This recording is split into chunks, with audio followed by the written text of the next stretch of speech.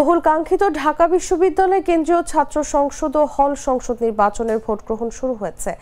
আজ সকাল ৮টায় বিশ্ববিদ্যালয়ের ৮টি কেন্দ্রে ৮১০টি বুথে এই ভোট গ্রহণ শুরু হয়। শিক্ষার্থীরা তাদের পছন্দের প্রার্থী নির্বাচনে উৎসাহ উদ্দীপনা নিয়ে নিজ নিজ কেন্দ্রে আসতে শুরু করেছেন। মঙ্গলবার সকালে ভোট কেন্দ্রগুলো ঘুরে দেখা যায় বিভিন্ন হলের ভোটাররা নিজ নিজ হলের জন্য নির্ধারিত কেন্দ্রগুলোতে আসতে শুরু করেছেন। কোনো কোনো কেন্দ্রে এরই মধ্যে দেখা যাচ্ছে দীর্ঘ সারি। বিশ্ববিদ্যালয়ের মোহসিন হলের শিক্ষার্থী নাসিম আহমেদ বলেন, আজ একটা ঈদের অনুভূতি পাচ্ছি।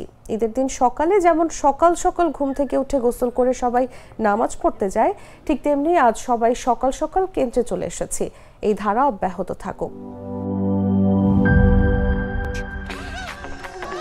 ভিশন মসকিটো কিলিং ব্যাট হাতে থাকলে মশাদের আর রক্ষা নাই।